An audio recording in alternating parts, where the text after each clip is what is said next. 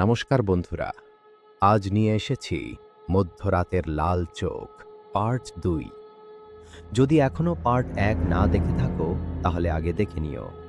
এবার চলুন শুরু করা যাক আজকের গল্প। রাত ঠিক ১২টা। অর্ণব ভাঙা লোহার গেট ঠেলে বাড়ির ভেতরে ঢুকল।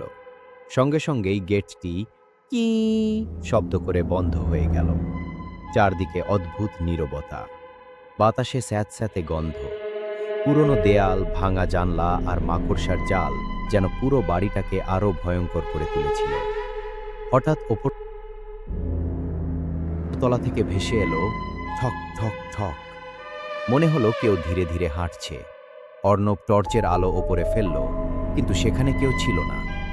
ঠিক তখনই তার টর্চের আলো জ্বলতে নিভতে শুরু করলো। টর্চের আলো প্রায় নিভে যাওয়ার মতো অবস্থা। ঠিক তখনই অর্ণবের কানের খুব কাছে একটি ঠান্ডা কণ্ঠস্বর ভেসে এলো। এখানে কেন এসেছো? সে ভয়ে পিছনে তাকালো, কেউ নেই। মোবাইল বের করে ফোন করতে গিয়ে দেখল নেটওয়ার্ক নেই। হঠাৎ সে দৌড়ে দরজার দিকে গেল, কিন্তু দরজাটি নিজে থেকেই বন্ধ হয়ে গেছে।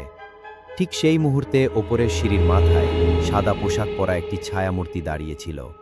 তার চোখ দুটি অন্ধকারে লাল আগুনের মতো জ্বলছে। চলবে